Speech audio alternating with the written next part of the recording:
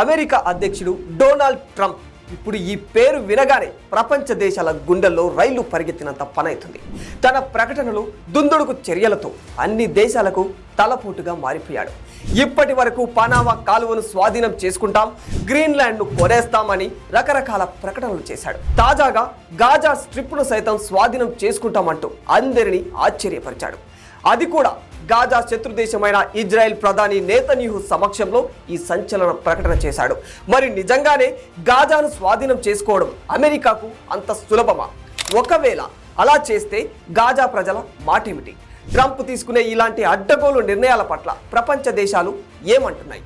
ఈ విషయాలన్నీ తెలియాలంటే ఈ వీడియోను ఎక్కడ స్కిప్ చేయకుండా చివరి వరకు పూర్తిగా చూడండి. ఇక తాను అధికారంలోకి వస్తే వారం రోజుల్లో హమాస్ ఇజ్రాయెల్ యుద్ధాన్ని ఆపివేస్తానని ట్రంప్ ప్రకటించిన సంగతి తెలిసిందే. అన్నట్లుగానే ఆయన అధ్యక్షుడు కాగానే అటు ఇటుగా హమాస్ ఇజ్రాయిల్లు కాల్పుల విరమణ ఒప్పందానికి ఒప్పుకున్నాయి. ఆ తర్వాత గాజాపై జరిగిన యుద్ధం కారణంగా నిరాశ్రయులైన పాలస్తీనియా ప్రజలకు చుట్టూ ఉన్న అరబ్ దేశాలు ఆశ్రయం కల్పించాలని గతంలోనే ట్రంప్ కోరాడు. కానీ దాన్ని ఆయా దేశాలు ఒప్పుకోలేదు. అలా చేస్తే తమ దేశాల్లో అస్థిరత్వం నెలకొంటుందని ఆయా దేశాలు ససేమిరా అన్నాయి. Egypt, Jordan, Saudi Arabia, UAE, Qatar, పాలస్తీనా అథారిటీ, అరబ్ లీగ్లు తేల్చి చెప్పేశాయి నో అని. అంటే ట్రంప్ గాజాను స్వాధీనం చేసుకోవాలనే ముందు చూపుతోనే అరబ్ దేశాలకు ఈ ప్రతిపాదన చేసినట్లుగా స్పష్టంగా అర్థమవుతుంది. తాజాగా ట్రంప్ మాట్లాడుతూ గాజాను తాము తీసుకొని దాడుల వల్ల అక్కడ ధ్వంసమైన భవనాలను పునరుద్ధరిస్తామని, అక్కడ ఇజ్రాయిల్ అమర్చిన ప్రమాదకరమైన బాంబులను, ఆయుధాలను నిర్వీర్యం చేస్తామని, ఆ బాధ్యతలను తీసుకుంటామని అన్నాడు. ఆర్థికంగా అభివృద్ధి సాధిస్తామని, స్థానిక ప్రజలకు భారీగా ఉద్యోగాలు కూడా కల్పిస్తామని, ఇళ్లను కట్టిస్తామని చెప్పాడు. ఇక దీనిని నేతన్యాహు కూడా సమర్థించారు. ట్రంప్ ప్రకటన చరిత్రను మారుస్తుందని అన్నాడు.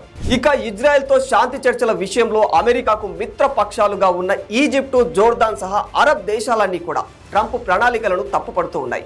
గాజాతో కూడిన పాలస్తీనా ఒక దేశంగా ఏర్పాటు చేయకుండా ఇజ్రాయెల్తో సంబంధాలు సాధారణ స్థితికి చేరుకోవని సౌదీ అరేబియా అంటోంది. గాజాలో కాల్పుల విరమణలకు, హమాస్ చేతిలో బందీలుగా ఉన్న వారి విడుదలకు ట్రంప్ చేసిన ఈ ప్రతిపాదన అడ్డంకిగా మారే అవకాశం ఉందని ఆందోళన వ్యక్తం చేస్తోంది. అయితే వాస్తవానికి గాజా తమలో అంతర్భాగమని పాలస్తీనీయులు అభిప్రాయపడుతూ ఉన్నారు.